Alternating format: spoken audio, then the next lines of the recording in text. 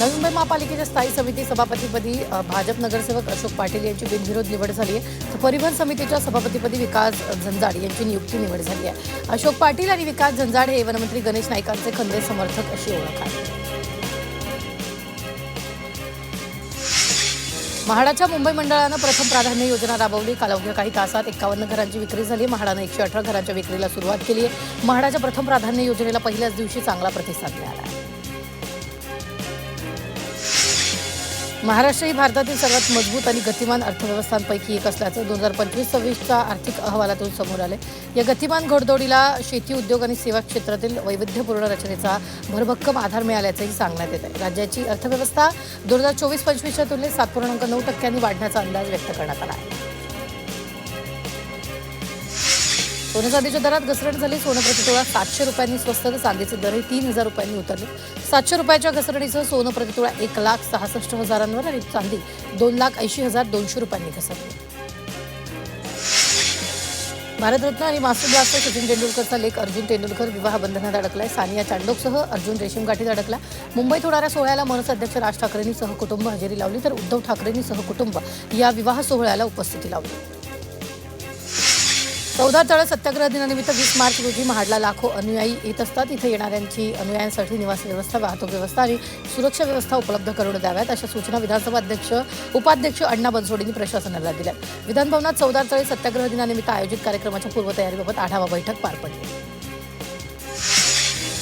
पश्चिम रेल्वेवर लवकरच 15 डब्यांची लोकल धावणार आहे. लोकलची चाचणी यशस्वी झाल्यानंतर प्रवाशांच्या सेवेत दाखल होणार आहेत. 15 डब्यांच्या लोकलच्या 10 ते 12 फेऱ्या वाढण्याची शक्यता आहे.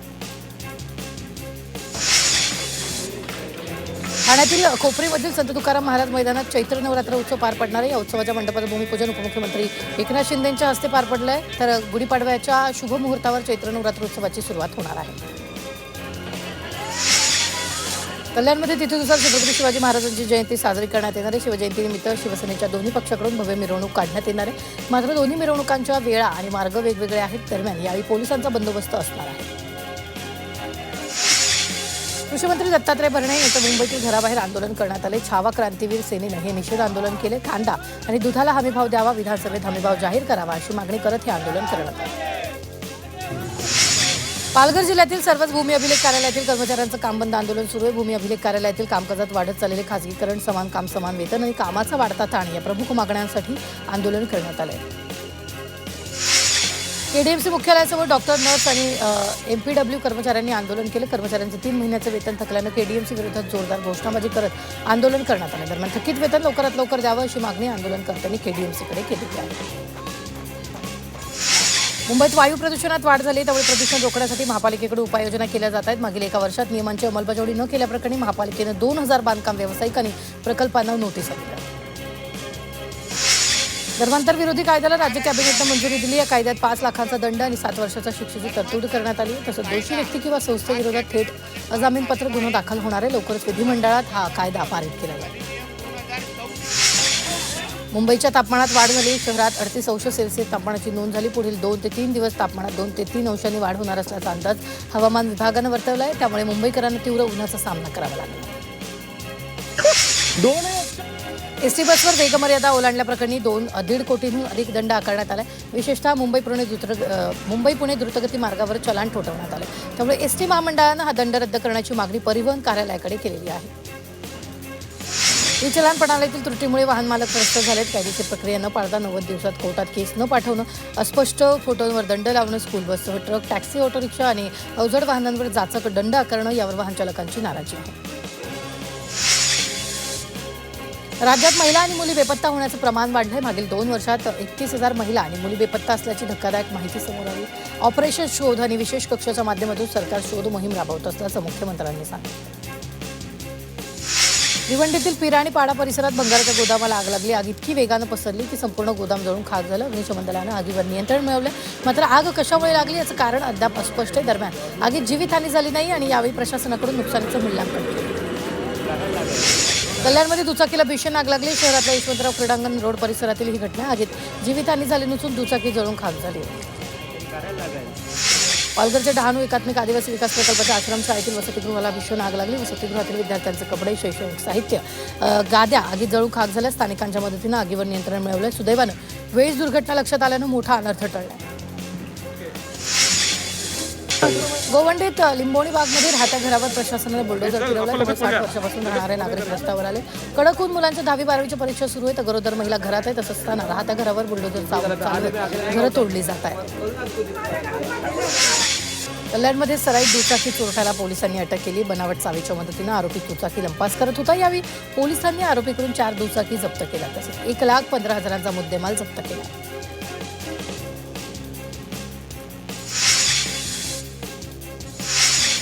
मराठी, हिंदी चित्रपटसृष्टीतील प्रसिद्ध ज्येष्ठ अभिनेत्री यांना मोठा धक्का बसला. वर्षा उसगावकर यांची लाखो रुपयांची फसवणूक झाली आहे. अभिनेत्री वर्षा उसगावकर आणि मृणालिनी जांभळे यांच्यासह अनेक अभिनेत्रींची जवळपास 47 लाख रुपयांची फसवणूक झाली आहे. या प्रकारामुळे मोठी खळबळ माजली आहे. या प्रकरणी तक्रार गुन्हा दाखल करण्यात आला. बदलापूर स्त्री बीज तस्करी प्रकरणी 860 राज्यातील IVF सेंटर रडारवर आहे. राज्य सरकारनं या प्रकरणाची गंभीर दखल घेत राज्यातील सर्व 860 IVF केंद्राची पोलीस आणि आरोग्य विभागामार्फत संयुक्त झाडाझडती घेण्यात येणार आहे. कारवाईत अनियमितता आढळल्यास संबंधित केंद्राचा परवाना रद्द करण्यात येणार आहे. बदलापुरातील स्त्री बीज तस्करी प्रकरणातील 7व्या आरोपीला अटक करण्यात आली. जळगाव जिल्ह्यातल्या चोपडा तालुक्यातील सतीश चौधरी या व्यक्तीला पोलिसांनी अटक केली आहे. बोगस आधार कार्ड बनवल्याप्रकरणी पोलिसांनी अटकेची कारवाई केली. तर सतीश हा इलेक्ट्रिशियन असून तो चोपडा तालुक्यातील चऱ्हाड इथल्या गौतम नगर इथला रहिवासी आहे.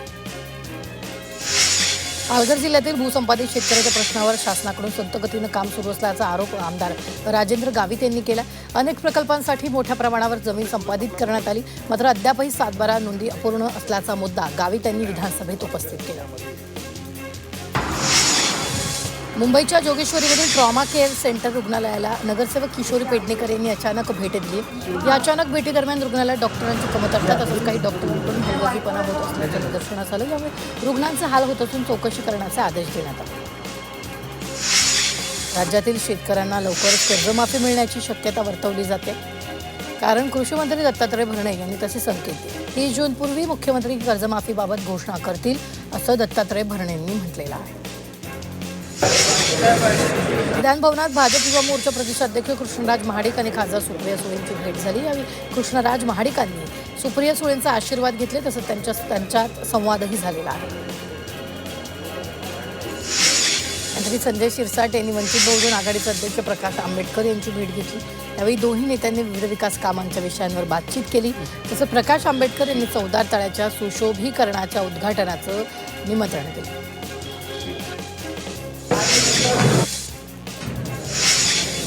राज्यसभा उमेदवारी अर्ज भरण्यासाठी शेवटच्या दिवशी विधानभवनात दिग्गज नेत्यांची हजेरी पाहायला. यावेळी राष्ट्रवादी शरदचंद्र पवार पक्षाच्या खासदार सुप्रिया सुळे आणि मंत्री छगन भुजबळ यांची विधानभवनात भेट झाली.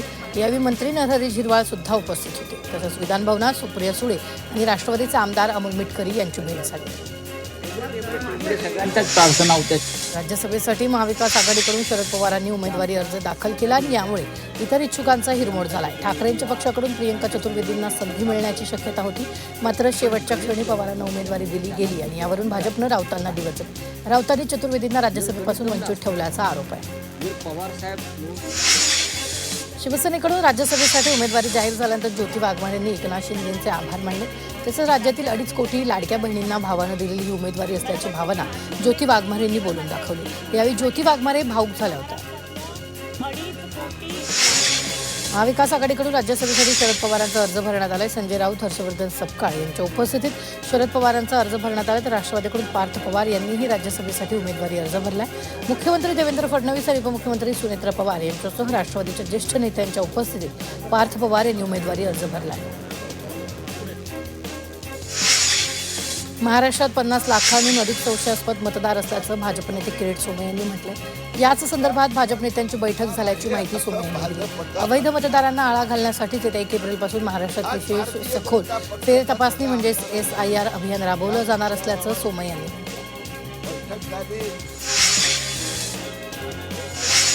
अमेरिका आणि इराण दरम्यान सुरू झालेल्या युद्धामुळे आखाती देशात अडकलेल्या भारतीय प्रवाशांना मायदेशी आणण्यासाठी काल 58 विमानांनी उड्डाण केलं. नागरी हवाई वाहतूक मंत्रालय आणि भारतीय विमान कंपन्यांकडून संबंधित देशातील विविध यंत्रणांशी संपर्क साधला जातोय. त्याद्वारे येत्या 1-2 दिवसात आणखी भारतीय देशात परतणार. अमेरिका इराण यांच्यातील युद्ध दीर्घकाळ चालल्यास कोकणचं अर्थचक्र कोलमडू शकतो. युद्धामुळे समुद्रमार्गे होणाऱ्या वाहतुकीवर परिणाम होऊ लागलाय.